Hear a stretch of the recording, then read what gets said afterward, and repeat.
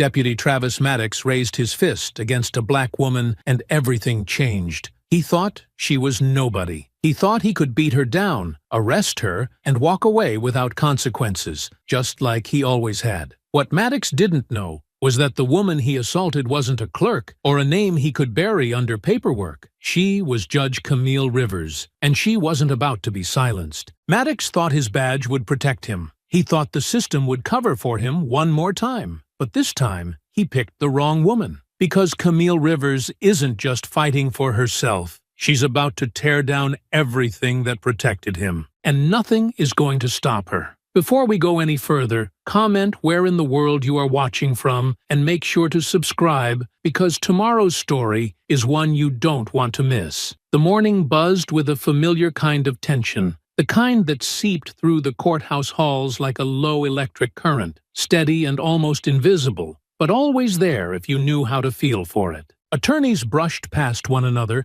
their arms cradling thick files and briefcases, their phones pressed to their ears, murmuring last-minute arguments or hurried updates to impatient clients. Witnesses sat hunched on hard wooden benches, wringing their hands or stealing anxious glances at the heavy doors that led into worlds they barely understood. Security officers in dull gray uniforms moved along the walls like restless currents themselves, weaving through the throng, eyes always searching, always calculating. Camille Rivers slipped into that flow without slowing, her black blazer sharp against the muted colors around her, her dark hair pulled neatly back, a slim briefcase swinging easily at her side. She was without her robe, without the obvious marker that usually parted the crowds before her like a tide, and in that moment, she moved among them not as the federal judge presiding over the courthouse's most important docket,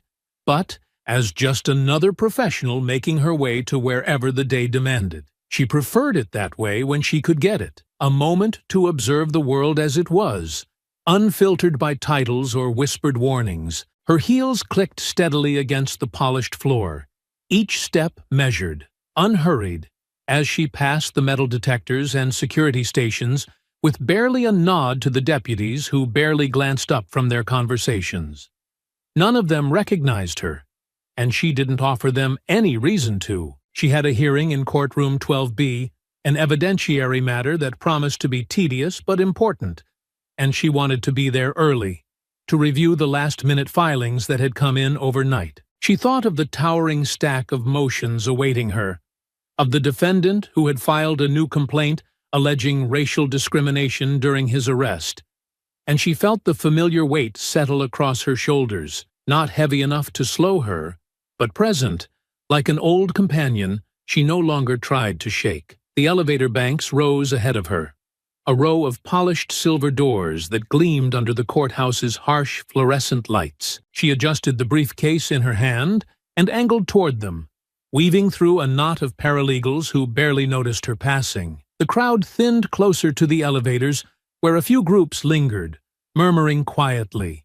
The tension thicker here as attorneys rehearsed their arguments or nervously scanned their notes. Camille's gaze was steady, her path straight, until a figure shifted abruptly into it, blocking her just before she reached the call button. He was tall, thick in the shoulders, wearing the brownish-gray uniform of courthouse security, the badge on his chest gleaming brighter than it needed to. His stance was casual, almost lazy, but there was nothing relaxed about the way he planted his feet wide, his arms folding slowly across his chest as he took her in with a look that had stopped hundreds of people before her, a look that said he saw something he didn't like and intended to make sure they knew it. Camille slowed without hesitation, her face unreadable, her hands loose at her sides, but her heart flickered once in quiet recognition. She had seen this performance before. A man who believed his badge gave him the right to gatekeep public space, to decide who belonged and who didn't, based on little more than the color of their skin or the cut of their suit. The deputy's name, stitched neatly above his badge, read Maddox, though she didn't need to know it to understand everything she needed about him in that moment. For a brief second, the air around them seemed to tighten, the murmur of the courthouse receding as if the building itself was pausing to see what would happen next. Camille felt the shift, acknowledged it silently, and kept walking, closing the last few steps between them with the same steady pace she had carried through the front doors, offering him no sign that she was the least bit concerned with whatever silent test he thought he was setting. And when she stopped before him, leaving only a thin breath of space between them, she lifted her chin just slightly, her voice calm, cool, and unmistakably commanding as she said, "Excuse me. Could you move aside?" She didn't raise her voice. She didn't explain herself. She simply gave an order, the same way she would from the bench, expecting it to be followed. But Travis Maddox didn't move, not an inch. Instead, he shifted his weight forward just enough that the intention was clear, letting the silence between them stretch long enough to draw the attention of the nearest witnesses, a few attorneys pausing mid-conversation to glance over, sensing the disturbance blooming at the edge of their morning routines. Maddox's lip curled into something that wasn't quite a smile, and when he finally spoke, his voice carried the casual cruelty of a man used to getting his way without needing to shout. "And just where exactly do you think you're going?" Camille held his gaze without blinking, feeling the weight of his posture, the challenge in it, but refusing to yield even an inch. Around them, the muted hum of courthouse life continued, but the space between them felt insulated, sealed off from the rest of the world by an invisible boundary that neither was willing to cross first. She had seen men like him before, men who mistook their uniform for authority, and their authority for superiority, who expected deference as their due, and viewed anything less as a personal insult.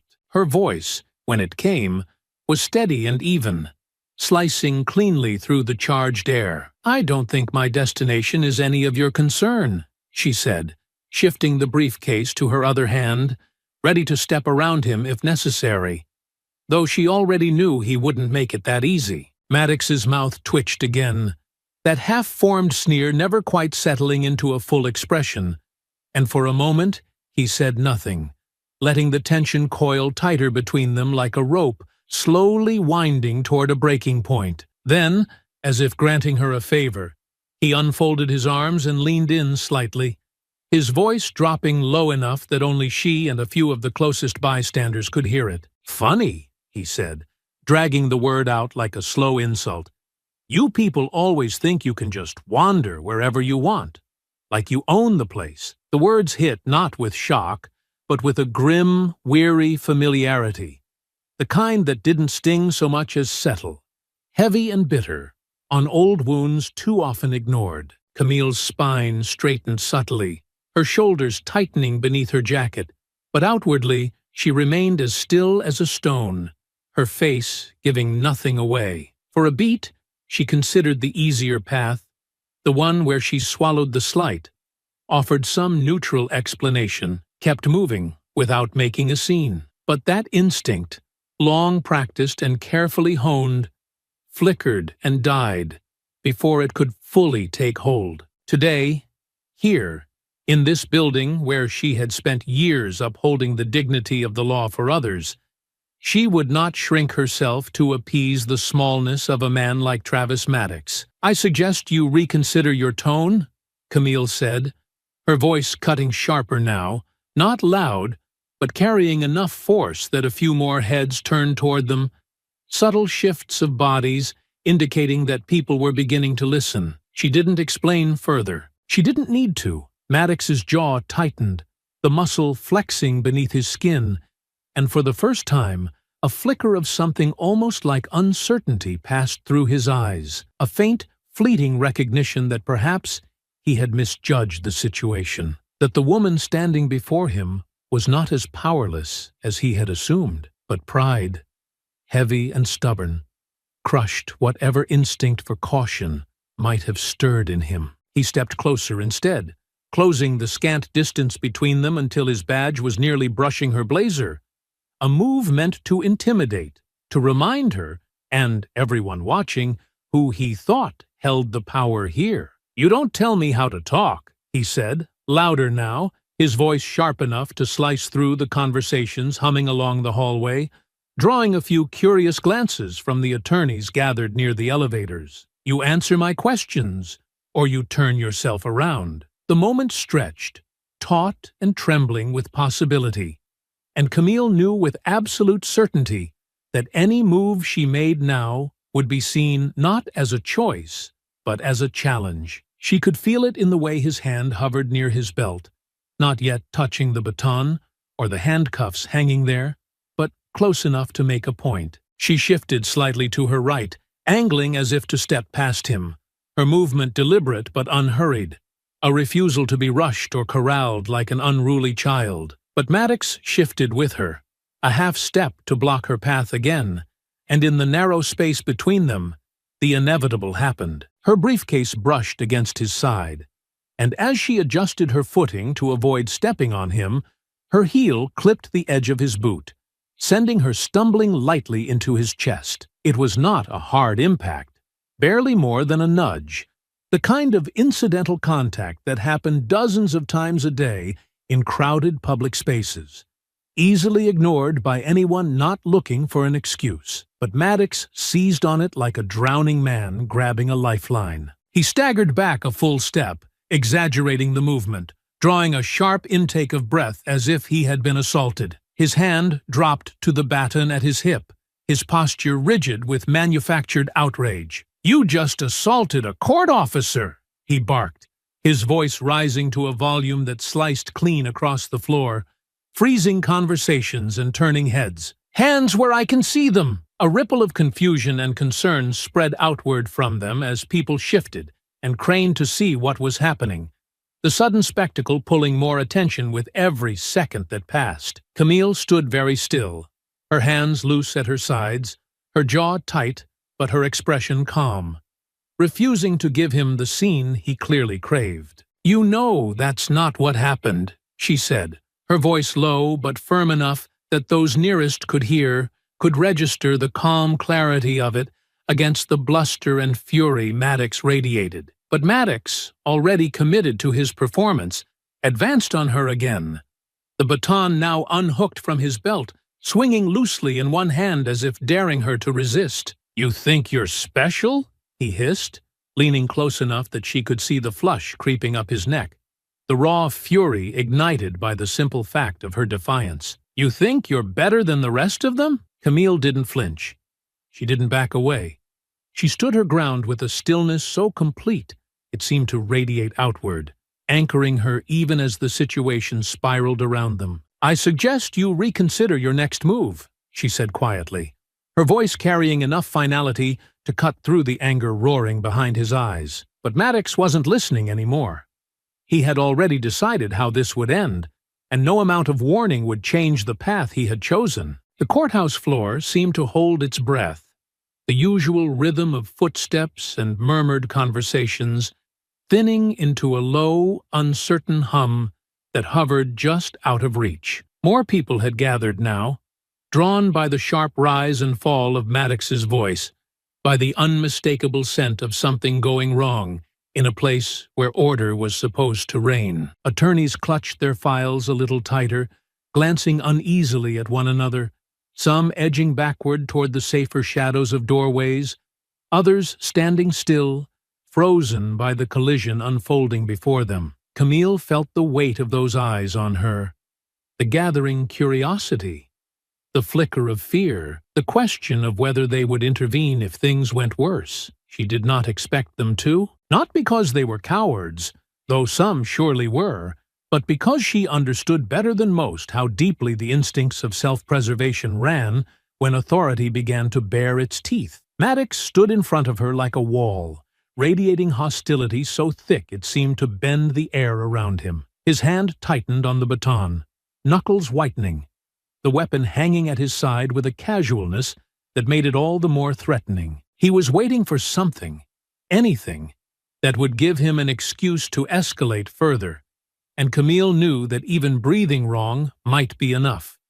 She kept her voice level, threading it carefully between defiance and restraint. "You're making a mistake," she said, her gaze steady, refusing to drop to the baton or to the badge he wore like armor against accountability. Maddox laughed, a short, ugly sound that seemed to rattle against the marble walls. "I don't take orders from you," he said, each word clipped, sharp enough to cut. "You think a fancy outfit and a pretty voice mean you can walk around here like you're somebody?" The implication dripped from every syllable, and Camille caught the subtle shift among the onlookers, a collective flinch at the nakedness of his disdain, at the way he stripped away even the thin veneer of professionalism most officers maintained. He didn't see her as a lawyer or a judge or anything else that might command basic respect. He saw only what he wanted to see: a black woman out of place, daring to move through the world without fear. And for men like Travis Maddox, that alone was provocation enough. "You don't know who I am," Camille said quietly, not as a threat, not as a boast, but as a simple, unassailable fact. Maddox stepped closer, his breath hot and sour with anger, his shoulders squared, as if he intended to physically drive her backward with the sheer force of his presence. "I know exactly what you are," he sneered, loud enough now that the words bounced off the polished stone and echoed back to them, too. "Another mouthy nobody who thinks the rules don't apply." The knot of spectators had thickened, a rough semicircle forming at a cautious distance, their faces a blend of shock, fascination, and something harder to name: the uneasy thrill of witnessing a line being crossed in real time, knowing they could not look away, and would later pretend they hadn't seen. A few pulled out their phones, hesitating, unsure whether recording would help or hurt, the devices hanging limply in their hands, like lifelines they were too afraid to grab. Camille shifted her stance slightly, planting her feet more firmly, her body language a silent refusal to retreat. The slight movement caught Maddox's eye, and he pounced on it, like a wolf scenting blood. "Resisting a court officer!" he barked, loud enough that his voice cracked with the effort, drawing even more attention. "You're under arrest!" The words rang absurdly in the air, suspended for a moment in a kind of disbelief that no one dared to puncture. Camille did not move. She didn't raise her hands, didn't turn to flee, didn't offer the kind of resistance he so clearly craved. She simply stood there, steady as a stone against a rising tide. "You need to stop," she said, her voice low and cutting through the chaos like a blade. "You're making this worse for yourself." But Maddox was too far gone to hear reason, his mind already locked into the narrative he had decided upon, that she was a threat, a problem, a danger to be neutralized, regardless of what reality might suggest. He advanced again, swinging his baton loosely in one hand like a warning, while his other hand hovered near his radio, fingers twitching as if preparing to call for backup. In the shuffle of his aggressive posturing, his boot scuffed sharply against the floor, and in the confined space between them, the movement brushed hard against Camille's foot. The contact more than incidental this time, deliberate, meant to jostle her, to force a reaction he could use as justification. Camille caught her balance quickly, not stumbling this time, but the physical encroachment lit a fire beneath the crowd, the murmur rising into gasps and low protests, a few voices calling out warnings or snapping at Maddox to back off. But he ignored them, eyes fixed solely on Camille, blind to everything else now except his own spiraling rage. "You people," he spat, the words thick with hatred, "think you're untouchable." And without warning, he closed the final distance between them. His free hand shot out, grabbing Camille roughly by the upper arm, yanking her forward hard enough that her briefcase slipped from her grasp and hit the floor with a hollow, echoing thud. Camille twisted sharply, wrenching her arm from his grip, the motion clean, controlled, driven not by panic, but by the simple demand to reclaim her space, her dignity, her right to stand unmolested in a building dedicated, at least in theory, to justice. The crowd surged closer, the noise swelling, phones now firmly lifted, recording every furious second. But Maddox had committed himself too fully to see or care. He stumbled back a half step, shock flashing across his face at the defiance, and then his expression twisted, ugly and mean, as his fists clenched and rose. For one long, suspended moment, Camille saw it coming. Not in flashes or fragments, but with perfect, brutal clarity. The punch drawn back, the fury burning through his skin, the inevitability of the blow written in every trembling muscle of his body. And then it landed, hard, across her face. The sound of it cracked through the hallway like a gunshot, and the world fractured. Camille's head snapped to the side under the force of it, her body staggering 2 steps before she caught herself, one hand reflexively reaching out to the cold, unyielding marble wall for support. Pain bloomed sharp and immediate across her cheekbone, hot and blinding, but deeper than that was the quiet, bone-deep outrage. The knowledge that this was not just an attack on her body, but on everything she represented.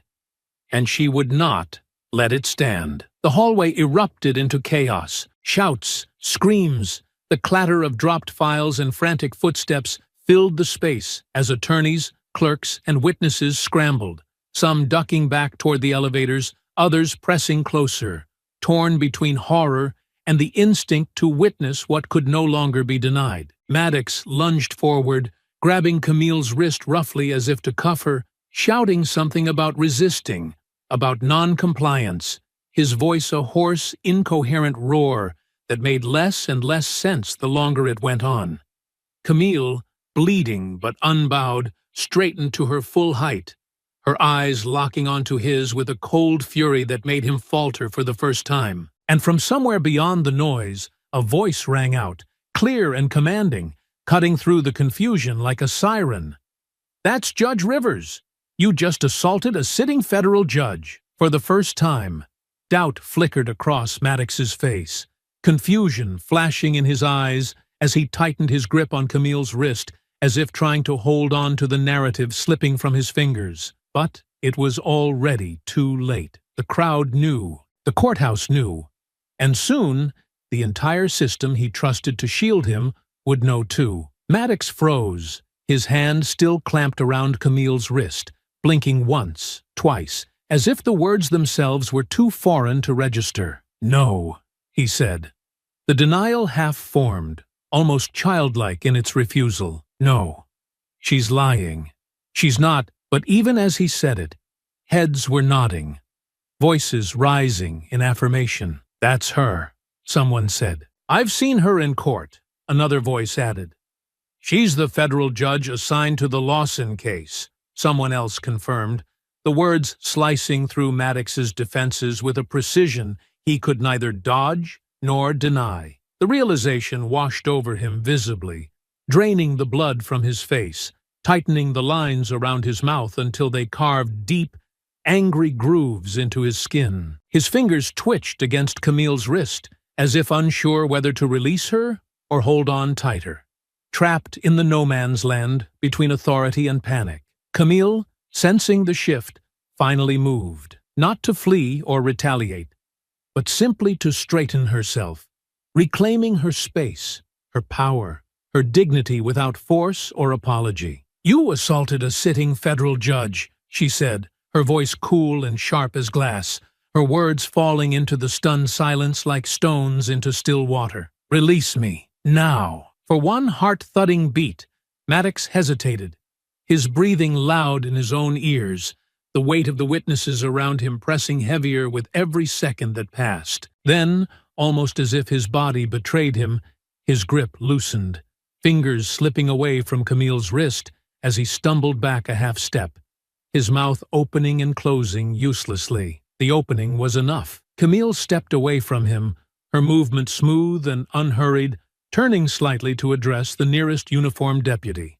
a younger man whose wide eyes flicked nervously between her and Maddox. "You," she said, pointing not with a shaking hand, but with the precise authority that left no room for doubt. "Take him into custody, now." The young deputy hesitated for only a second, glancing at his colleagues, at the recording phones, at the blood staining Camille's lip, before nodding stiffly and stepping forward. Maddox's head snapped toward him in disbelief, the full reality of the moment slamming into him at last. "You can't arrest me!" he barked, backing up quickly, one hand raised as if warding off an unseen blow. "I'm the officer here. She attacked me. She assaulted—" "No," Camille said, her voice slicing cleanly through his protests, commanding the space with a presence that no uniform or badge could countermand. "You assaulted me, in full view of dozens of witnesses, and now you will answer for it." The young deputy, joined by two more from the far side of the hall, moved in cautiously, hands reaching for Maddox's arms, speaking to him in calm, clipped tones that he refused to hear. Maddox jerked away, twisting and shouting, his face mottled with rage and panic, his words devolving into a chaotic mess of protests and accusations that only underscored his guilt. "Get your hands off me!" he bellowed, as the deputies seized his arms, forcing them behind his back. "This is a setup! She's lying! They're all lying!" The cuffs snapped around his wrists with a final echoing click that silenced the last of the murmurs around them, and Maddox sagged between the two deputies, his face twisted in furious disbelief. He was still shouting as they hauled him toward the elevators, but his words were lost under the rising roar of public attention, under the inevitable weight of a system that, for once, would not shield him. Camille watched them go, the ache in her face throbbing in time with her heartbeat, but she refused to reach for it, refused to give any sign of weakness now. She turned instead to the gathered crowd, scanning their faces, seeing the phones still raised, the attorneys who would soon be deposed as witnesses, the clerks who would tell the story again and again until it could no longer be ignored or spun away. She straightened her jacket with a slow, deliberate movement, the simple act as powerful as any speech, then bent to retrieve her briefcase from where it had fallen,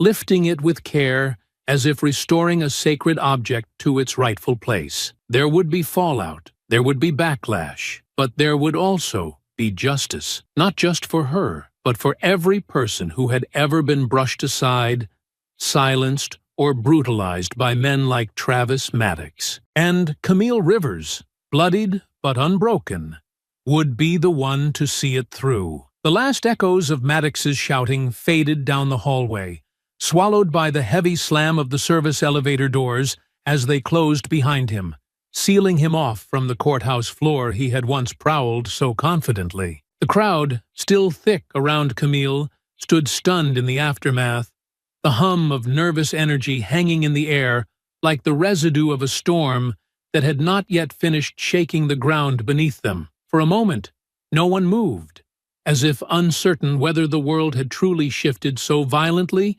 or if it might yet snap back into the old, familiar order where men like Maddox barked commands and others obeyed without question. Camille knew that silence well, had heard it in courtrooms after unexpected rulings, had felt it in meetings where unspoken biases weighed heavier than words. But here, now, it rang differently.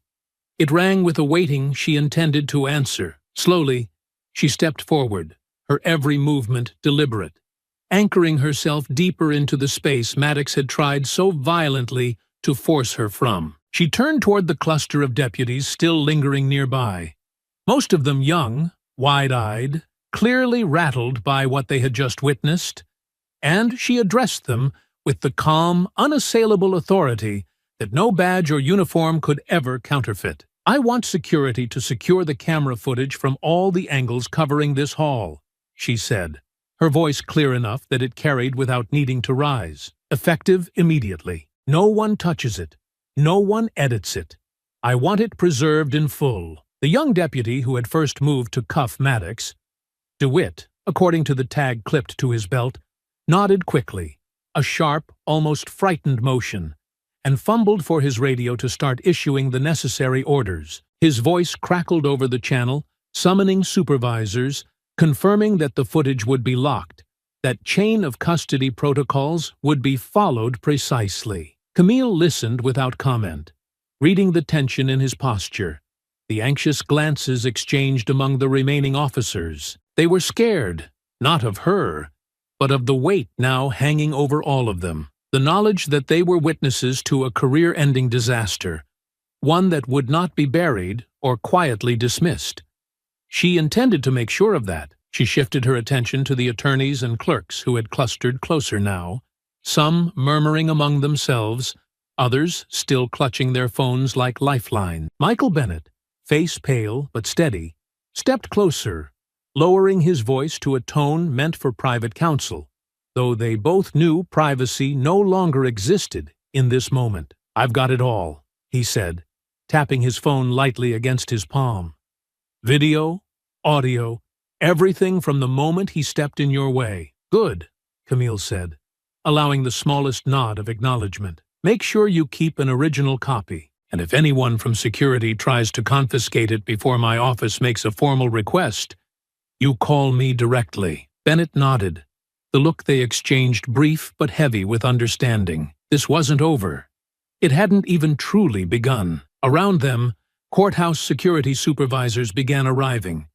Older men in pressed uniforms, their faces tight with the knowledge that they were walking into a situation already spinning beyond their control. One of them, a captain whose name Camille remembered only vaguely from a previous briefing, approached with cautious steps, hands held slightly out from his sides in a show of harmlessness that did little to hide the anxiety threading through his voice. "Judge Rivers," he began, his tone measured, almost pleading. "I'm Captain Wilcox. I want to personally apologize." "This isn't the time for apologies," Camille cut in smoothly, not unkind but firm enough that he stopped mid-sentence. "This is the time for protocols.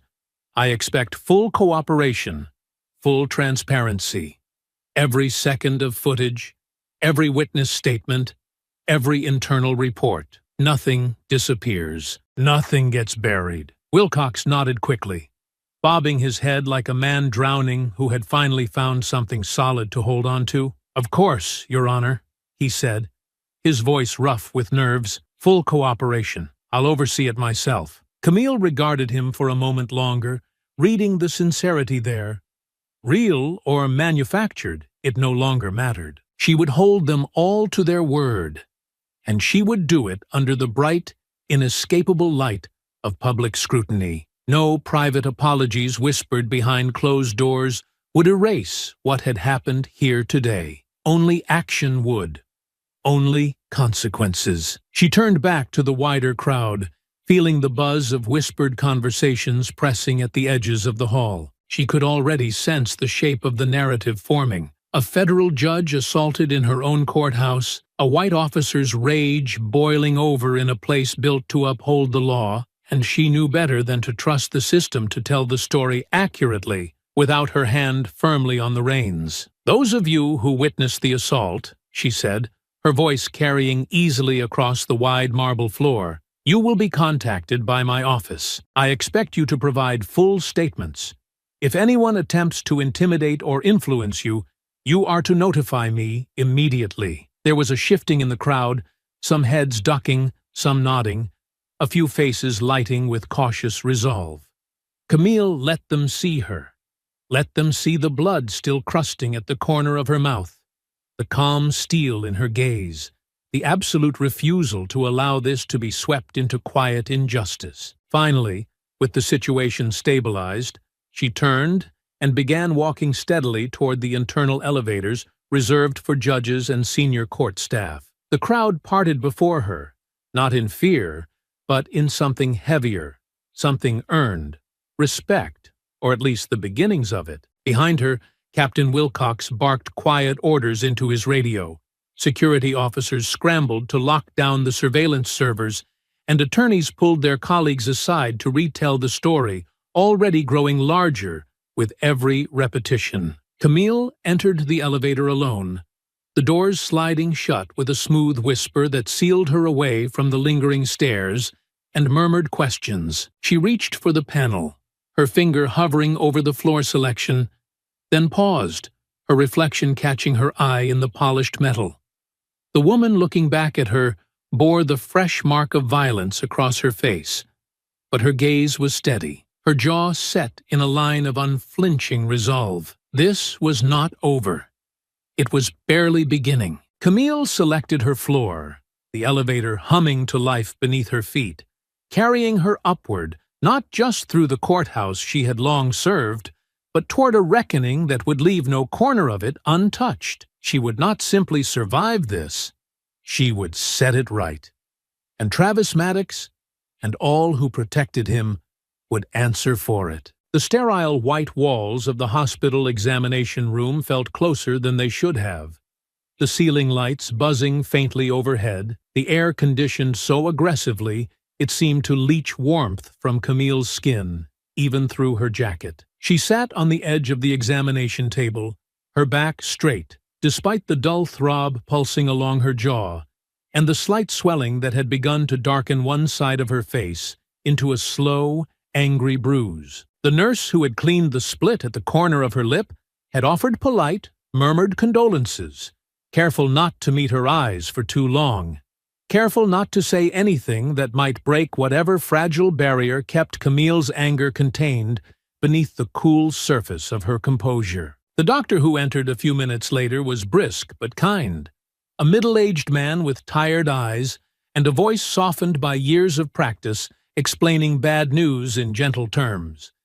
He checked her bruising, asked standard questions about dizziness and vision, and, finding no signs of a concussion, offered her a mild painkiller and a recommendation to follow up if the swelling worsened. He was professional, efficient, treating her not as a judge or a victim or even a spectacle, but simply as a patient. And for that small mercy, Camille found herself quietly grateful. She declined the prescription, signing the necessary discharge forms with a steady hand, ignoring the sympathetic glance the nurse cast her way as she returned the clipboard. Sympathy was not what she needed. Sympathy would not undo the violence she had endured, nor would it strip Maddox of the uniform he had so thoroughly disgraced. When she finally stepped out into the hospital's main corridor, the late afternoon sun slanted through the wide glass windows, throwing long, fractured beams across the polished floor. She paused just inside the doorway,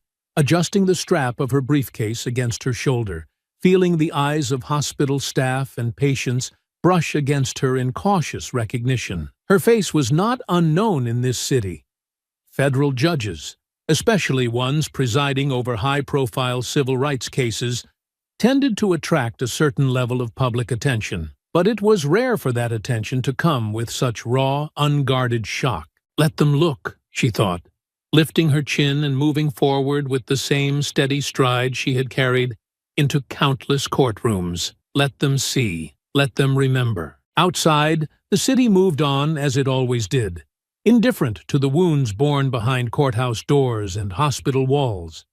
Traffic snarled along the avenues, horns blaring in lazy frustration, pedestrians pressed across busy crosswalks, their lives marching on, untouched by the private battles waged in institutions meant to protect them. Camille stood for a moment on the sidewalk, feeling the familiar press of the city around her, the pulse of its endless urgency, and allowed herself a single, deep breath, a centering, grounding act, before stepping toward the waiting black sedan, idling at the curb. Her clerk, Rachel, a sharp young woman in her late 20s with a mind like a scalpel, climbed quickly from the driver's seat, her face tight with worry. "Judge Rivers," she said, the title slipping automatically into place despite the informal setting. "Are you all right?" Camille gave a slight nod, though she saw the way Rachel's eyes flicked to the swelling on her face, the way her jaw tightened as if physically restraining herself from launching into a tirade on her behalf. "I'll live," Camille said, her tone dry but steady. "Let's go." Rachel hesitated only a second before moving to open the rear door, and Camille slid inside, settling against the seat as Rachel circled back to the driver's side. The door closed with a soft, final thud, sealing her away from the curious stares of the sidewalk, and for the first time since Maddox had thrown his punch, Camille allowed herself to exhale fully, the breath escaping her lungs with a quiet hiss she couldn't quite suppress. The car pulled into traffic smoothly, weaving through the congested streets with practiced ease. For a few long minutes, neither of them spoke. The silence thick, but not uncomfortable. A space for Camille to gather her thoughts, to feel the shape of the path now laid before her. She thought of the years she had spent swallowing small indignities in the name of professionalism, of the countless times she had smoothed over slights and insults, trusting that her work, her record, her very existence would be enough to change the spaces she entered. She thought of the warnings she had brushed aside, colleagues who advised her to keep her head down, mentors who reminded her that the higher she rose, the more careful she would have to be. And she thought of the look in Maddox's eyes when he struck her, the naked, unrepentant fury, the belief that he could destroy her without consequence simply because he wanted to. That was what she could not ignore. That was what she would not forgive. "Rachel," she said finally, her voice low but steady, drawing the younger woman's attention without pulling her eyes from the road. "I want a full file on Deputy Travis Maddox. Everything public, everything private, personnel records, complaint histories, disciplinary actions, even the ones sealed internally. If it exists, I want it."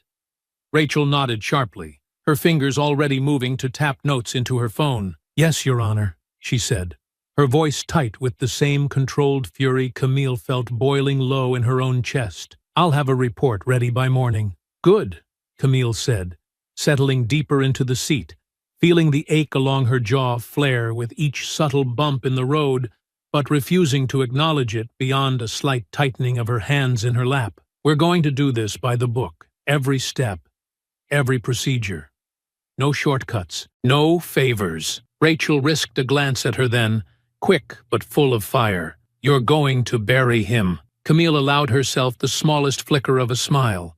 One without warmth, one forged from the iron certainty growing inside her. "No," she said, her gaze fixed on the road ahead, on the courthouse looming again in the distance like a promise waiting to be kept. "I'm going to expose him. And once the truth is laid bare, he'll bury himself." The car surged forward through a green light, and Camille leaned her head back against the seat, feeling the weight of the coming battle settle onto her shoulders like an old, familiar cloak. She was no stranger to hard fights, no stranger to long odds. This time, she would fight not just for herself, but for every voice silenced in hallways like the one where she had been struck, for every life ground under the weight of men who believed their power placed them beyond reach. And this time, she would not fight alone. The wheels turned beneath them, carrying her forward, not back to the safety of her chambers, not to retreat, but into the very heart of the reckoning she had decided, at last, to bring. The next morning broke colder than the forecast had promised, a thin sheet of gray cloud blanketing the city and pressing the light flat against the courthouse windows, making the building feel heavier somehow, more solemn. Camille stood at the far end of her chambers, hands clasped loosely behind her back, staring out over the skyline as the first staffers trickled in below, their heads bent against the chill, their breath rising in thin, hurried streams that disappeared almost as quickly as they formed. She could still feel the ache along her jaw, the dull throb beneath her eye where the bruising had darkened overnight. But she pushed the sensation aside, compartmentalizing it the way she had learned to deal with 100 other indignities. Acknowledged, stored, moved past. There was work to be done, and pain, however sharp, was not an excuse to slow down. Behind her, the door clicked softly open and closed, and Rachel's brisk footsteps crossed the floor without hesitation. The young woman moved with an energy sharpened by purpose, a manila folder clutched tightly in her hand, her mouth set in a grim line that mirrored the mood hanging in the air between them. "Everything you asked for," Rachel said, offering the folder forward like a weapon. "And a few things I thought you'd want to see." Camille turned from the window and took the file without comment, her fingers moving with methodical precision as she flipped it open and scanned the contents. Complaint records, most dismissed quietly without formal investigation.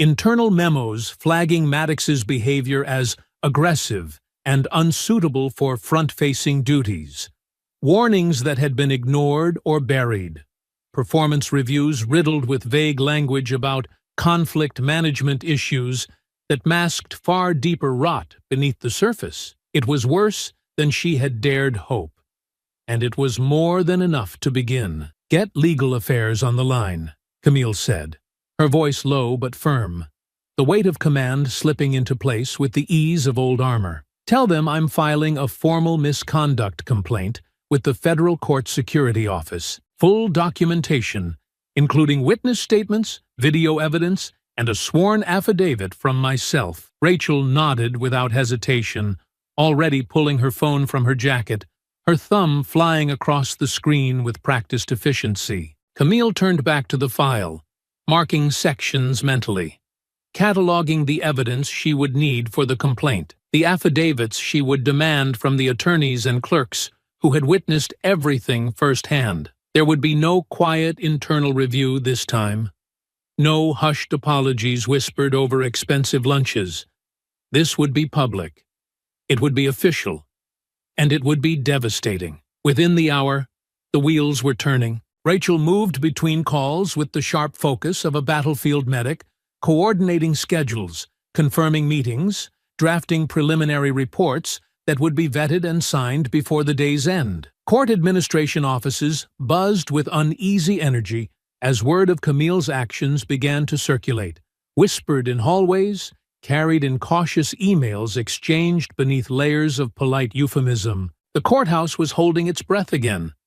Not in denial, but in anticipation. By noon, Camille had personally submitted the misconduct filing, handing it over to a stone-faced senior administrator whose hands trembled slightly as he accepted the folder, as if he could already feel the fire it would ignite. She signed the necessary affidavits without hesitation, the pen gliding smoothly over the paper, her name stark and undeniable at the bottom of every page.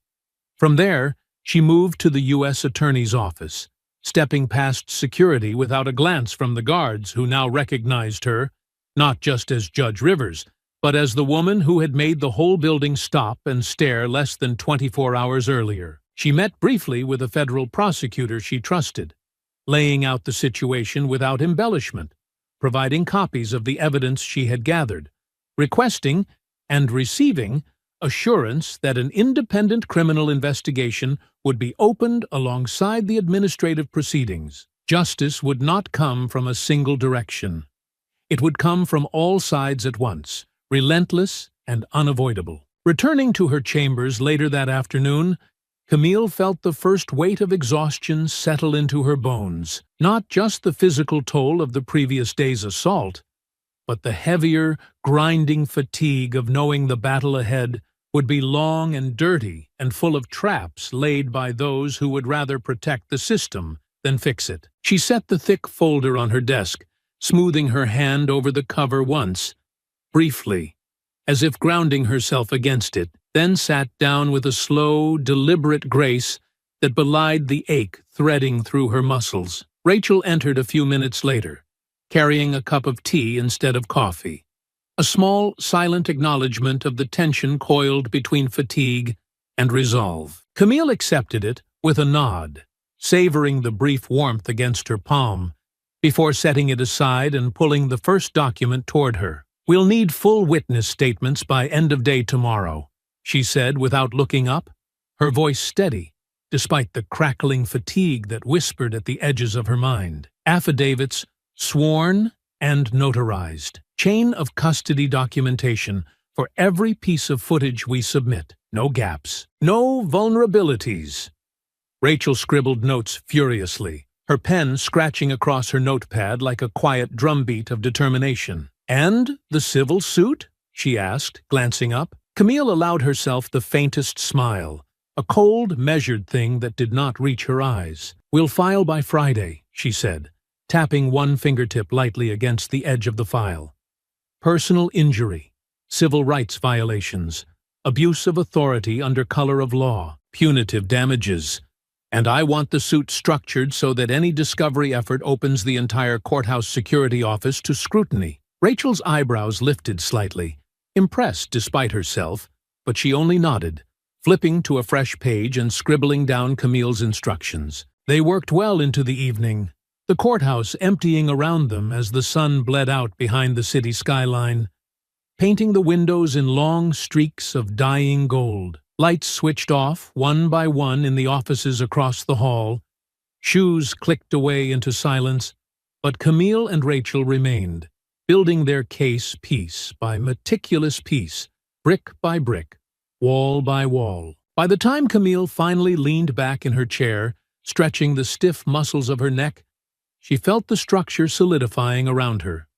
The inevitable, unstoppable force of truth, sharpened into a weapon no amount of institutional denial could deflect. She reached for her tea, now cold but still soothing in its own way, and allowed herself a single rare moment of reflection. Maddox had made the mistake of thinking her power lived in the robe she wore. He thought he could strip it away with a punch, with a badge, with the casual violence he had wielded for so long without fear of consequence. He was wrong. Her power lived in the law, in the truth, in the relentless, unbreakable fact of her own existence, and that was something he could never touch. And now, he would learn what it meant to challenge it. The days that followed moved with a gravity all their own, pulling people and truths toward Camille with the slow, relentless inevitability of a gathering storm. What had begun as a ripple of courthouse gossip, whispered and half-believed,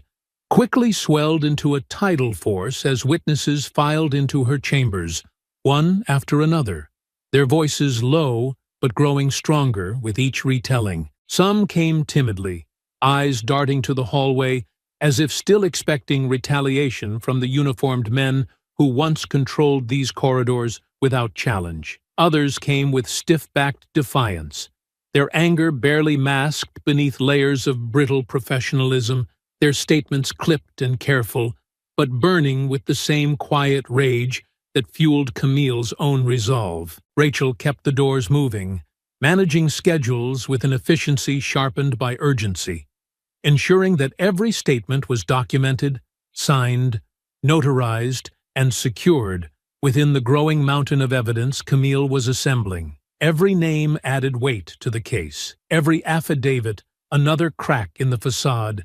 Maddox and those like him had spent years building around themselves. But it was not only witnesses to Camille's assault who came forward. Word traveled further than she had anticipated, carried beyond the marble halls of the courthouse into the city itself, finding its way to those who had no formal stake in her case, but who bore scars of their own. Invisible wounds inflicted by the same hands, hidden by the same silences. The first was a woman in her early 40s, a public defender with a fierce reputation and a voice that barely trembled as she recounted an incident from 5 years earlier.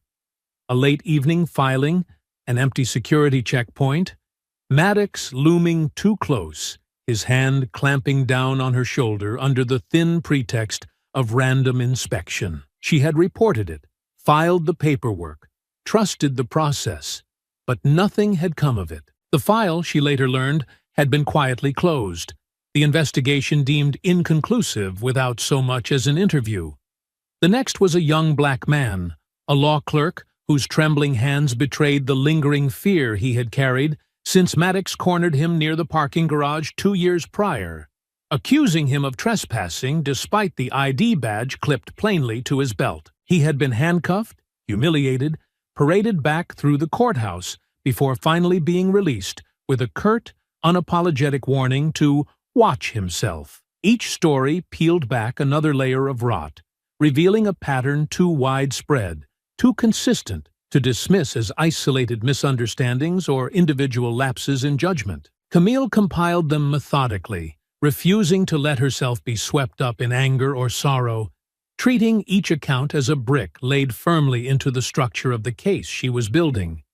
A case not only against Maddox, but against the system that had allowed him to thrive unchecked for so long. By the end of the week, the file on her desk had tripled in size, thick with signed statements, copies of buried complaints, and internal memos unearthed through quiet favors and persistent digging. Rachel worked late each night, her youthful determination hardening into something sharper, more seasoned, as she sat across from Camille, parsing legal strategies and anticipating the inevitable counterattacks that would come. The courthouse itself seemed to shift under the weight of what was unfolding. Deputies who had once swaggered through the halls with casual entitlement now moved with a wary stiffness, their conversations quieter, their glances sharper. Senior administrators avoided Camille's gaze when they passed her in the corridors, their smiles brittle, their greetings hollow, as if proximity alone might implicate them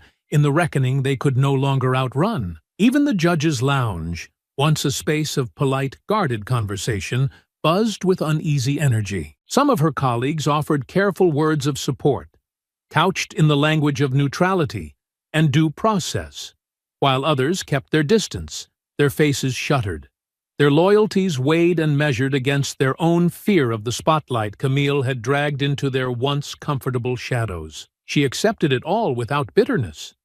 She had never expected this fight to earn her friends. Only change? On a rainy Thursday afternoon, just as the city dissolved into sheets of cold, slick gray outside her office windows, Rachel entered carrying another thick envelope, her expression grim but determined. "This came from an anonymous source," she said, setting the envelope carefully on Camille's desk.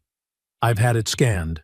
No threats, no tampering. Just this." Camille opened it slowly, her fingers steady even as her pulse quickened. Inside were copies of sealed disciplinary files, ones she had suspected existed but had so far been unable to access through official channels.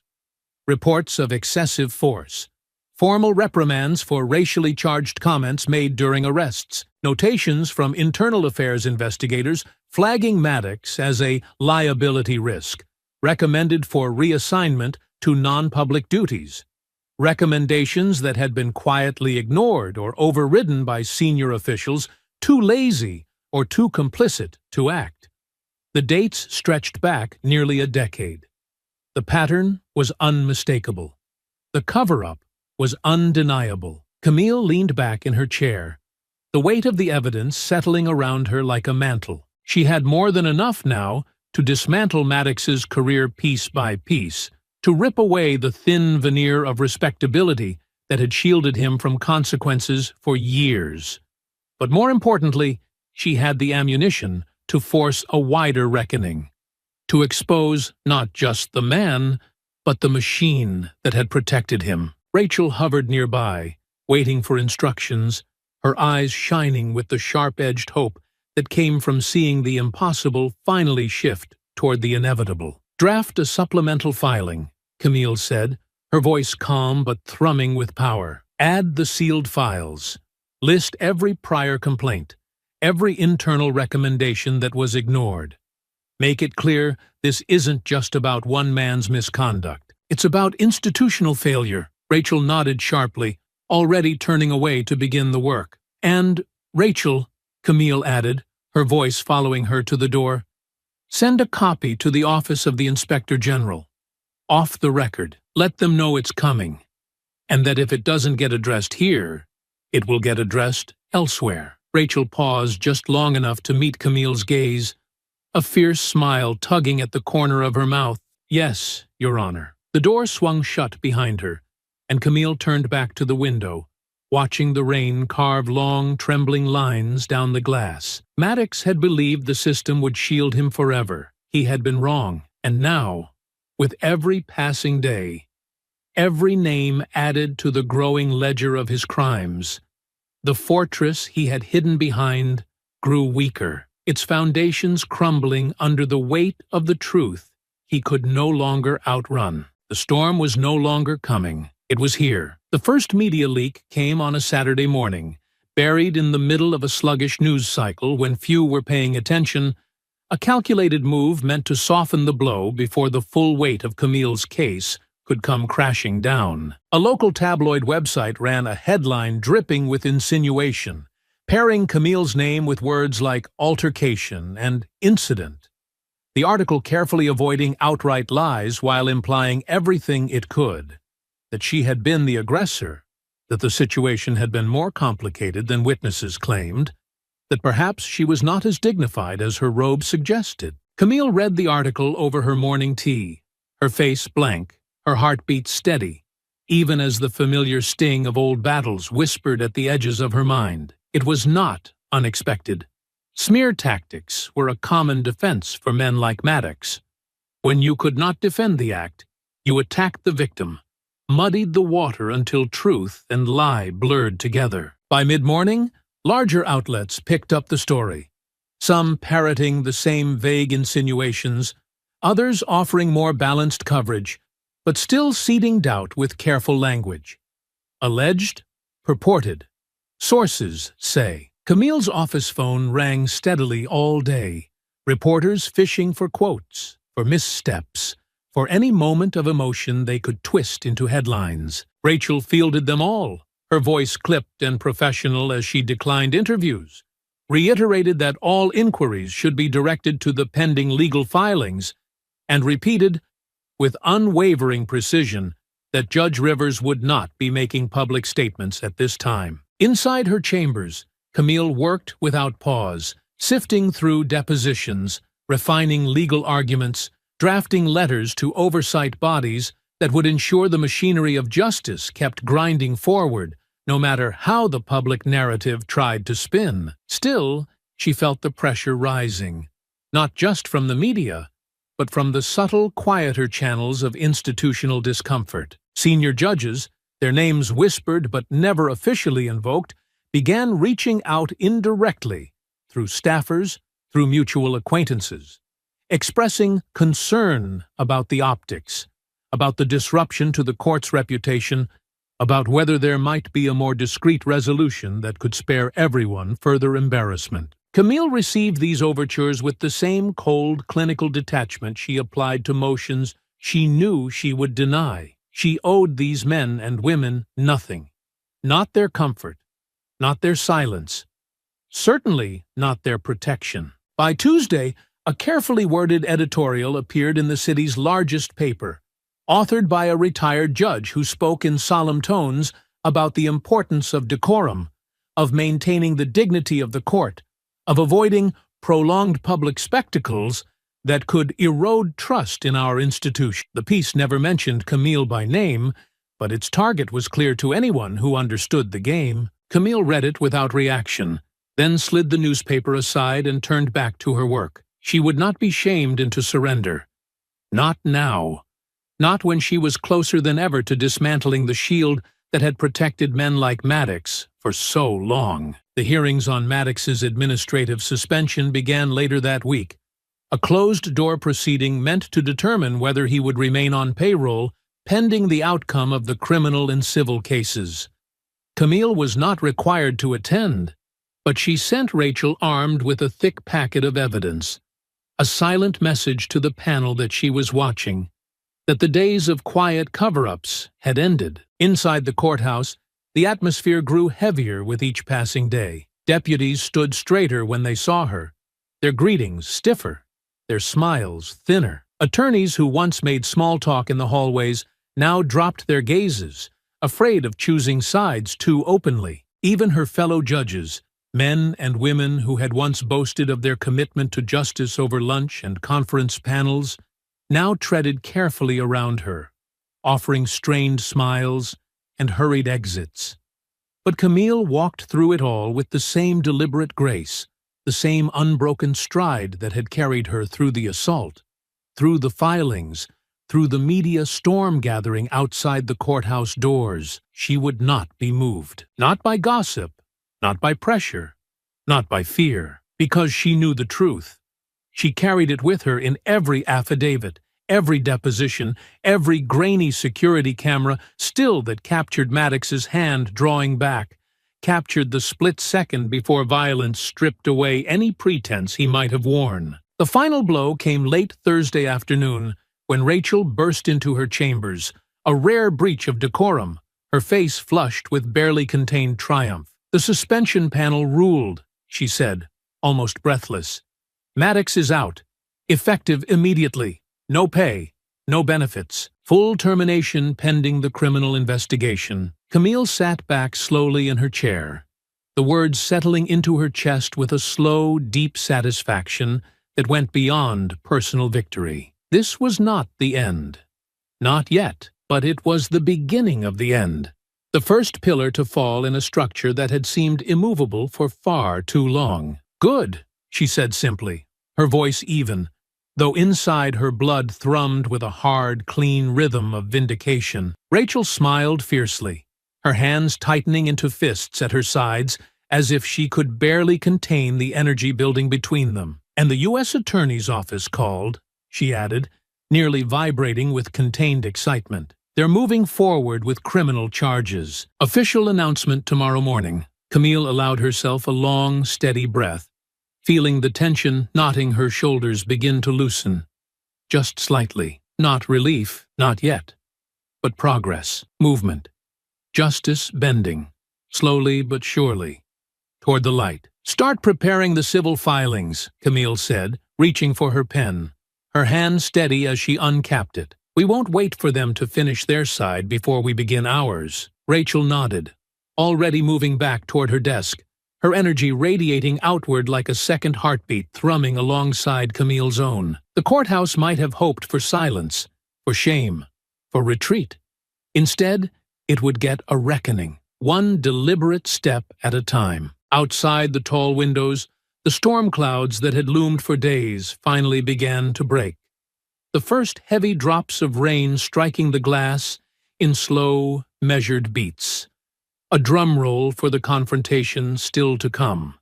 And Camille Rivers, battered but unbowed, sharpened by every attack they had hurled against her, would be ready. The courthouse felt different as Camille moved through its wide marble corridors the next morning. A change too subtle to name, but impossible to miss. Where before there had been silence or sidelong glances, there was now a brittle tightness in the air, a sense that the old balance of power had shifted, tipping unevenly under the weight of everything that had been exposed. Staffers moved with a strained precision, their conversations clipped and cautious, their footsteps quickening when they passed her, as if proximity alone might draw unwanted attention. Even the portraits of long-retired judges that lined the main corridor seemed to loom heavier, their painted gazes watching her passage with the heavy disapproval of a tradition slowly unraveling at its seams. Camille walked steadily, her briefcase tucked neatly under her arm, her face composed into the cool, unreadable mask she had perfected over years of courtroom battles. The announcement from the U.S. Attorney's Office had gone public at sunrise, spilling across news outlets and social media within minutes. Deputy Travis Maddox, formally charged with assaulting a federal judge, civil rights violations, obstruction of justice, and several counts of falsifying official reports. The charges landed hard, a blunt force impact that no amount of spin could soften, and for the first time, the courthouse buzzed not with whispered skepticism about Camille, but with the frantic recalculations of men and women realizing that the old rules might not protect them after all. Rachel was waiting outside Camille's chambers when she arrived, her tablet already in hand, her expression taut with focus. "We've been served notice," she said, without preamble, falling into step beside Camille as they entered the office. "Maddox's attorney is filing a motion to dismiss the civil suit. Claims your actions provoked the incident, that you escalated the situation." Camille said nothing for a long moment, setting her briefcase down carefully on the desk before shrugging out of her coat, the movement smooth and unhurried, as if the world around her were not trying to reframe her own assault into an act of aggression. She had expected this tactic, had seen it deployed countless times against victims brave enough to stand their ground, and it only strengthened her resolve. "Let them file," she said finally, her voice low and certain. "We'll answer it line by line. Every lie they tell, we'll bury with evidence." Rachel nodded, flipping through her notes with quick, practiced fingers. "And the court date for the criminal arraignment is set. 2 weeks. They're trying to push for a delay, citing media prejudice, but I doubt the judge will grant it. Camille allowed herself a brief, grim smile at that.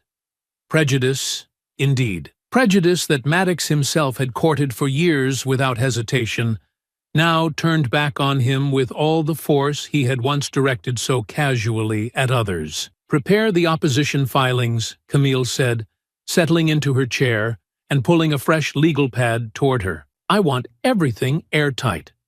No room for mistakes." For the next several hours, the office hummed with focused energy. Papers spread across the long conference table, legal arguments crafted with the precision of a surgeon's scalpel. Witness affidavits were reviewed, security footage, timestamps cross-referenced, prior complaint records organized into clean, devastating exhibits that painted a picture no defense attorney could plausibly explain away. By late afternoon, Rachel appeared in the doorway again, a new tension pulling at her features. "Media's outside," she said quietly, camped out by the entrance. "They're asking for a statement." Camille glanced at the clock, noting the hour, the way the winter light outside had already begun to fade into a dull gray. She knew this moment would come, the point where silence would no longer be interpreted as dignity, but as weakness. She rose smoothly from her chair, straightening the simple black jacket she wore, and reached for the small stack of papers Rachel had prepared earlier that morning. "I'll give them one," she said. Rachel followed her through the quiet halls to the side entrance of the courthouse, where a tight knot of reporters and camera crews had gathered behind the barriers hastily erected by courthouse security. As Camille stepped into view, a low ripple ran through the crowd. Not the chaos of paparazzi chasing scandal, but something heavier, more expectant. Microphones lifted. Camera lights flickered to life. Camille walked to the small podium set up by the courthouse steps, placed the statement neatly in front of her, and met the eyes of the gathered press, with a gaze so steady it seemed to anchor the entire scene around her. "My name is Camille Rivers," she began, her voice carrying easily across the courtyard without the need for amplification. "I serve as a federal judge in this courthouse. Several days ago, while carrying out my duties, I was physically assaulted by a courthouse deputy. No embellishment, no dramatics, just the facts, delivered with the same precision she used to strip lies away from testimony in her courtroom. I have full faith in the process of justice that is now underway. I have filed civil action, and I am cooperating fully with the criminal investigation led by the U.S. Attorney's Office. I believe in accountability. I believe no one is above the law." The words fell into the cold air with the solidity of stone, and for a moment, even the reporters held their breath, sensing the weight of them. "I will not be commenting further at this time." "Thank you." She stepped back before the questions could start, pivoting smoothly and walking away from the podium, her stride unbroken, even as a dozen voices shouted after her, each desperate to pull more from her silence. But Camille gave them nothing more. She had said what needed saying. No more, no less. And now she would let her actions carry the truth forward. Inside, as the heavy doors closed behind her, Rachel let out a breath she had been holding and gave a small, fierce nod of approval. "Perfect," she said simply.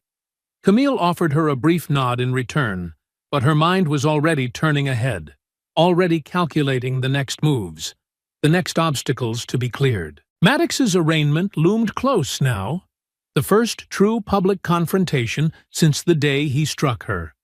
And though the wheels of justice often turned slow and grinding, she intended to ensure they turned without mercy. The courthouse could not go back to what it had been. The system could not quietly absorb this scandal, bury it beneath paperwork and polite handshakes. Not this time. Not with her standing in the breach. The final reckoning was no longer a distant storm gathering on the horizon.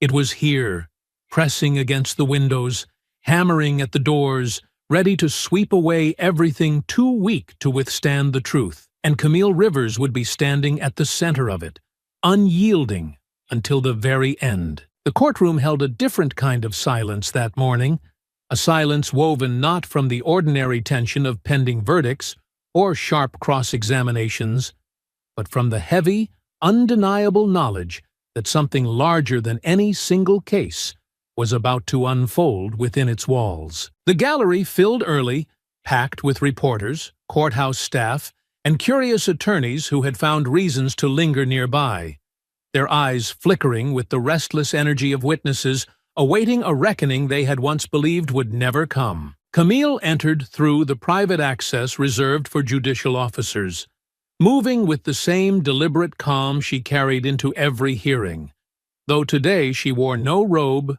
no trappings of official authority, only the weight of her own resolve. She moved to the front row of the gallery, seating herself quietly behind the prosecution table, her posture straight, her expression unreadable as she laid a single legal pad across her lap, pen poised but unmoving. Across the room, at the defense table, Travis Maddox sat stiffly beside his attorney, his face a mask of bruised defiance. The clean, pressed suit he wore could not disguise the twitch in his jaw, the way his hands flexed restlessly against the table, nor could it conceal the exhaustion that had carved itself into the lines around his mouth and eyes. He looked smaller here, diminished under the high ceilings and heavy wood, stripped of the uniform that had once armored him against consequences. The presiding judge entered, and the room rose as one, the shuffle of feet and chairs filling the space before settling back into a tense, almost brittle quiet. Judge Ellery, a seasoned jurist known for his strict adherence to procedure and his aversion to theatrics, surveyed the room with a piercing gaze before signaling for the proceeding to begin. The clerk called the case, the formalities ticking forward in practiced rhythm. United States of America versus Travis Maddox. Charges read aloud, the words falling heavy into the charged air. Assault on a federal judge, civil rights violations, obstruction of justice, falsification of official reports. When asked how he pleaded, Maddox's voice barely carried across the room as he muttered, "Not guilty." His eyes locked not on the judge, not on the prosecutor, but on Camille herself, as if daring her to flinch under the weight of his hatred. She didn't move. She barely blinked. The prosecutor, a woman named Marissa Cole, rose from her seat with a quiet authority that filled the room as surely as any shouted argument might have. She laid out the government's position with calm precision, the facts of the assault, the overwhelming evidence of misconduct, the clear pattern of abuse documented over years of service. She spoke not in emotional appeals, but in cold, methodical statements, each one building on the last, layer by devastating layer, until Maddox's supposed innocence seemed not merely unlikely, but absurd. The defense responded with what little they had, insinuations that Camille had been confrontational, that Maddox had been forced into action by her behavior, that the situation had been chaotic and misunderstood. The arguments rang hollow, bouncing against the polished wood and stone like pebbles thrown against a fortress wall. Through it all, Camille sat silent, her hands folded loosely in her lap, her expression carved from marble. She watched as her attackers' lies unraveled before the court, not with satisfaction, but with a steady, unrelenting patience. Justice was not a moment.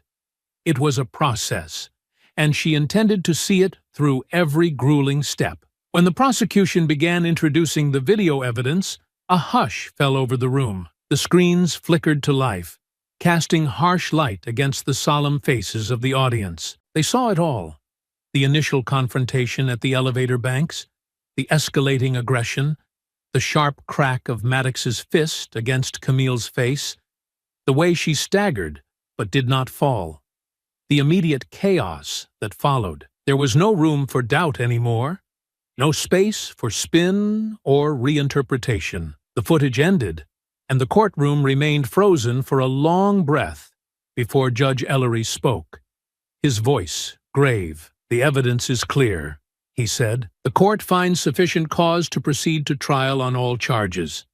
Bail is denied." A low murmur swept through the gallery, quickly hushed by a stern glance from the bailiff. Maddox's attorney hissed something under his breath, but Maddox himself sat frozen, his face pale, his mouth working soundlessly as the weight of the court's judgment crashed down around him. Camille rose from her seat slowly, feeling the eyes of the room settle on her like a tide, not with pity, but with something deeper, respect, and perhaps a trace of fear for the kind of woman who could endure such violence and answer it not with rage, but with unwavering, implacable resolve. She gathered her things with deliberate care, pausing only once to glance across the aisle where Maddox sat crumbling beneath the consequences he had once believed he would never face. Their eyes met for a fleeting instant, and in that moment, Camille saw the full breadth of his defeat.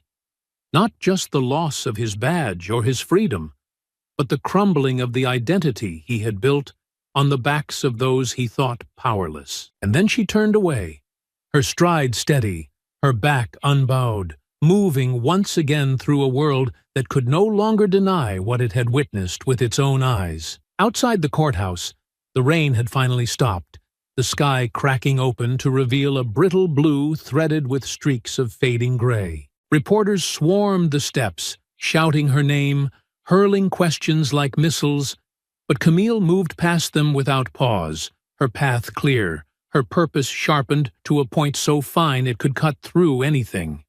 There was still work to be done, the civil case to prosecute, the deeper reforms to demand, but the first stone had been cast, the first pillar had fallen, and Camille Rivers would not stop until the walls that had sheltered injustice for so long lay broken at her feet. The trial began under heavy skies, the courthouse framed against a ceiling of low, bruised clouds that seemed to press down on the city with a slow, suffocating weight. Inside the building, security was tighter than usual, extra deputies stationed at every entrance, the tension in the air sharp enough to cut. Yet it was not fear that hummed through the halls, it was anticipation, a restless undercurrent of expectation that today, at long last, the courthouse would be forced to reckon with what it had allowed to fester in its own ranks. Camille entered the courtroom without ceremony, moving to her seat among the prosecution's witnesses,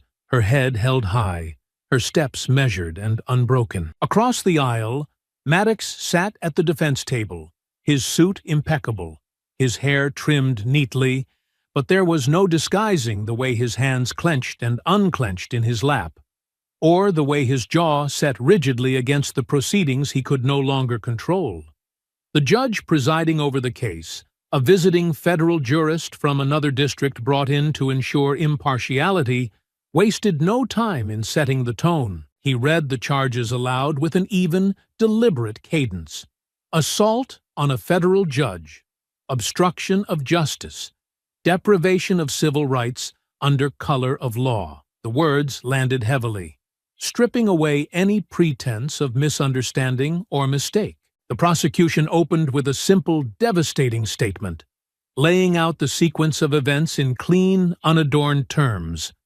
A deputy abusing his power, striking a sitting judge without cause, then attempting to cover his actions with lies and false reports. They presented the security footage, the witness testimonies, the disciplinary history long buried, but now dragged into the light. Each piece of evidence stacked atop the last, not rushed, not dramatized, simply placed with the methodical certainty of a case too strong to tear apart. Maddox's defense attorney fought hard, weaving a narrative of confusion, of provocation, of a good officer pushed beyond his limits by a situation spiraling out of control. He leaned heavily on coded language, suggesting, without ever saying outright, that Camille had somehow invited confrontation by refusing to show deference, by not complying quickly enough. But every argument, every strained justification withered beneath the mountain of evidence and the cold, steady reality of what the jury had seen with their own eyes. Camille was called to testify on the third day of trial. She rose without hesitation, moved to the stand with the same unflinching poise that had carried her through every step of this long, brutal fight. Under oath, she recounted the events without embellishment, her voice calm and unwavering, even as she described the moment Maddox struck her, the sharp explosion of pain, the stunned chaos that followed. The defense tried to rattle her, tried to twist her words, to paint her as combative, difficult, disrespectful to authority. But Camille met every insinuation with steady, unbroken truth, refusing to let them rewrite the reality she had lived through. When she stepped down from the stand, the room seemed to shift, the weight of her testimony settling heavily into every corner, leaving no doubt about who had acted with violence and who had stood with dignity. The trial moved swiftly after that. Witness after witness came forward, not just from the day of the assault, but from years past. Attorneys, clerks, public defenders, even a few former deputies, their voices threading together a pattern of behavior that could no longer be dismissed as isolated incidents. Maddox's anger, his abuse of authority, his unchecked aggression, all laid bare under oath, each account tightening the noose around his defense. Closing arguments came on a Friday afternoon, the courtroom packed beyond capacity, the air thick with a kind of charged expectancy. The prosecutor spoke first, her words measured but powerful, reminding the jury that no badge, no title, placed a man above the law he was sworn to uphold. She urged them to send a message, not just to Maddox, but to every institution that had looked the other way. The defense tried to salvage what little they could, appealing to sympathy, to doubt, to the fear that convicting an officer might weaken the thin line between order and chaos. But the arguments rang hollow, desperate echoes against the solid, brutal truth of what had been proven beyond question. The jury deliberated for less than 3 hours. When they returned, their faces were grave, their movements deliberate. "Guilty!" the foreperson intoned, voice steady as she read the verdict for each charge. Guilty of assault on a federal judge, guilty of obstruction of justice, guilty of deprivation of civil rights under color of law. Each word fell like a stone into the silence of the courtroom, and with each word, the small, defiant flicker in Maddox's eyes guttered lower, until by the end, he sat slumped at the defense table, a broken figure stripped of the arrogance that had once filled every room he entered. Camille remained seated, her hands folded neatly in her lap, her face composed, but inside she felt the slow, powerful roll of justice moving through her, not in a rush, not in a roar, but in a steady, unstoppable tide. The judge set sentencing for a later date, remanding Maddox into custody immediately, denying bail once again. Deputies, not the ones who had once flanked him in camaraderie, but others, colder now, professional and detached, approached and cuffed him without ceremony, guiding him from the courtroom as the gallery watched in silence. As the doors closed behind him, Camille rose slowly, gathering her things with deliberate care. Around her, the whispers began to rise, quiet at first, respectful. Not the gossip of idle scandal, but the murmured acknowledgement of a battle fought and won. Rachel was waiting outside the courtroom, her eyes bright, her smile fierce despite the professional calm she tried to maintain. "You did it," she said, her voice low but ringing with conviction. Camille shook her head once, a slow, measured gesture. "We did it," she corrected quietly. "And we're not done, because justice was not a single trial, a single verdict, a single broken man in handcuffs. Justice was a living thing, built moment by moment, stone by stone, against the forces that sought to erode it, and Camille Rivers intended to see it built stronger than ever before." The city outside waited, buzzing with the news, the verdict already rippling across headlines and news feeds. But Camille moved through it with the same calm, deliberate stride she had carried since the day this began. The system had tried to silence her, the system had tried to shame her, and she had answered it with truth, with law, with the unbreakable force of her own dignity, and she was just getting started. The days that followed the verdict moved quickly, but Camille met each one with the same steady, deliberate calm that had carried her through every step of the long fight. Travis Maddox remained in custody, his attorneys scrambling to negotiate a lighter sentence, their arguments battered before they even reached the judge's desk. The evidence was too overwhelming, the damage too public, the crime too grave for mercy to find footing. At sentencing, the courtroom was once again packed. The public and media gathered to witness the final chapter of a fall that had begun with a single brutal act and unraveled an entire career built on unchecked arrogance. Maddox stood stiffly between his attorneys, his expression carved into something hard and lifeless, offering no apology, no admission of guilt, only a hollow silence that the court met with appropriate disdain. The judge's sentence was clear and uncompromising. 5 years in federal prison without the possibility of early release, permanent revocation of his law enforcement credentials, and a public statement of findings detailing the full extent of his misconduct to be released to all federal, state, and local law enforcement agencies. The courtroom remained silent as the sentence was read, the finality of it pressing down like the closing of a heavy door. Outside the criminal court, Camille's civil suit continued to grind forward with the same quiet, unstoppable momentum. With Maddox's conviction secured, his defense crumbled quickly, and within weeks, the courthouse administration, desperate to avoid a full public trial that would expose even more hidden rot, moved to settle. The terms were substantial: a 7-figure financial settlement, a full formal apology issued by the courthouse leadership, and, more importantly, a consent decree mandating sweeping reforms within the courthouse security division. Mandatory bias training, independent oversight committees, anonymous complaint mechanisms, and the complete overhaul of hiring and disciplinary procedures were all secured, not as promises whispered in closed-door meetings, but as binding legal requirements enforced by federal monitors.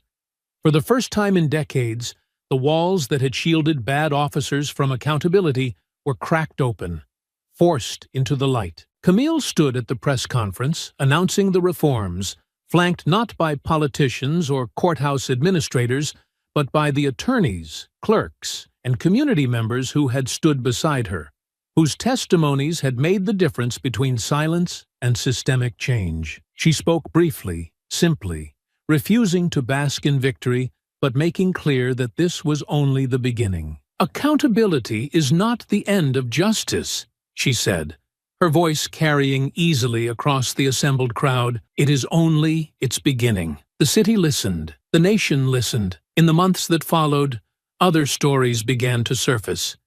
Deputies disciplined, supervisors forced out, long-ignored grievances finally taken seriously. The culture of impunity that had once ruled the courthouse began to erode, not with the suddenness of a collapse, but with the slow, grinding inevitability of a foundation finally cracking under the truth. As for Travis Maddox, he disappeared into the cold machinery of the federal prison system, his name surfacing only occasionally in bitter local news editorials or whispered warnings in law enforcement circles about what happens when arrogance goes unchecked. He would serve his time, but the real punishment was already complete. He had been stripped not only of his badge and his freedom, but of the myth he had built around himself, exposed and discarded by the very system he had believed would protect him forever. Camille returned to her courtroom after the storm,